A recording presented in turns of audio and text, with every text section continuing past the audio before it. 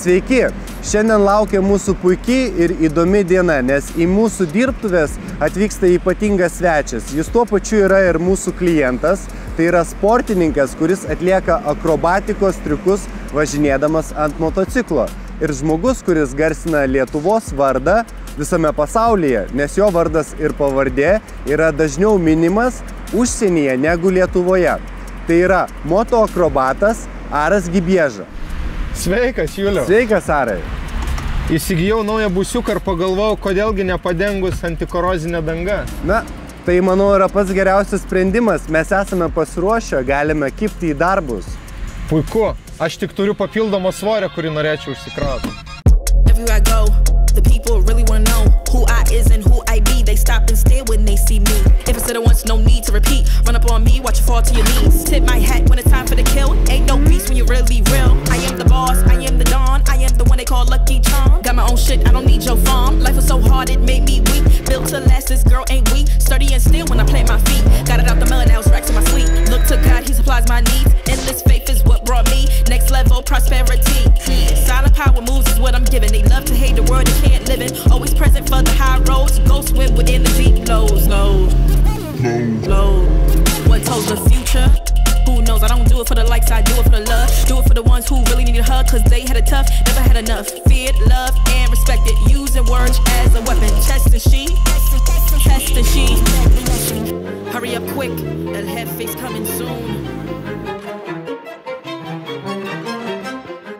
Arai, nuaidėjo tavo namų turas per Lietuvą. Ar bus dar galima išvysti šiais metais tavo pasirodymus? Jo, tai iš tikrųjų bus dar galima išvysti mano pasirodymą. Ir artimiausias ir didžiausias renginys bus rugsėjo 3 dieną. Tai bus Vilniuje, Konstitucijos prospekte, atvažiuoja netgi Formulė 1 bolidas iš Austrijos. Tai bus nerealus renginys, aš pats tenai sieksiu pasaulio rekordą. Su manim dar dalyvaus kiti 3 motoakrobatai, taip pat dalyvaus 4 drifteriai. Tai labai laukiu to renginio, stipriai ruošiamės visi ir atvykit būtinai, bus labai įdomu. Kas naujo motoakrobatikos pasaulyje ir į ką jūs esat susikoncentravę šiai dienai? Tai naujo iš tikrųjų daug vyksta. Galėčiau įvardinti motociklo pakeitimas. Būtent mano kaip motoakrobato tai yra labai didelis iššūkis, kadangi nuo kitų metų važiuoju KT motociklais. Tai dabar vyksta intensyvus detalių ieškojimas ir ieškojimas partnerių, kurie galbūt galėtų pagaminti tas detalės, nes kadangi yra visiškai naujas modelis ir jam jokių motoakrobatikai pritaikytų detalių dar nieks nėra pagaminę. Tai vat mano dėmesys yra čia. Aplamai pasaulyje motoakrobatikos tai dėmesys yra į treniruotės ir galėčiau įvardinti į socialinę mediją ir video kūrimą. Kodėl nusprendėjai pasirinkti kito gamintojo motociklą? Tai iš tikrųjų visą gyvenimą važinėjau pagrindė su Kawasakiu, paskutinius 12 metų, bet jie nebuvo mano rėmėjai, aš tiesiog važinėjau, nes motociklas man patiko. Bet atėjo laikas kažkam naujam, keistis, tobulėti, tiesiog išmėginti kažką naujo ir gavau pasiūlymą iš KTM gamyklos, ar norėčiau tapti jų ambasadorium ir pradėti tiesiog naują sezoną su visiškai šviežiais motociklais. Tai žinoma, aš negalėjau atsispirti ir sutikau. Tai buvo mano sena svajonė, kad sueiti su kažkokia gamykla ir važiuoti būtent su jų motociklais. Tai va, noras išsipildė, dabar iš tikrųjų bandau ruošti ir treniruotis. Ir labai viskas šviežia, dar negaliu daug ko pasakoti, nes pats nieko daug nežinau, bet labai esu sužavėtas, pakerėtas ir labai patenkintas esu pagal tai. Supratau, vadinasi, ateityje mes tiesiog tave išvysim testuojant KTM techniką.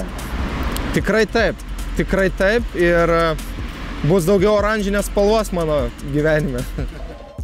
Arai, sakyk, kokia yra motoakrobatikos ateitis Lietuvoje? Ateitis yra šviesi, manau, kadangi mano kolegos iš Utenos jie rengia motoakrobatikos laisvas treniruotės bei turi įrenginį mokinimui ant galinio rato važiuoti. To pasiekoje pritraukia nemažai susidomėjimo, bei laisvas treniruotės atvyksta nemažai jaunimo su motoroleriais. kurie mokinasi važiuoti ant galinio rato ir daryti visokius triukus.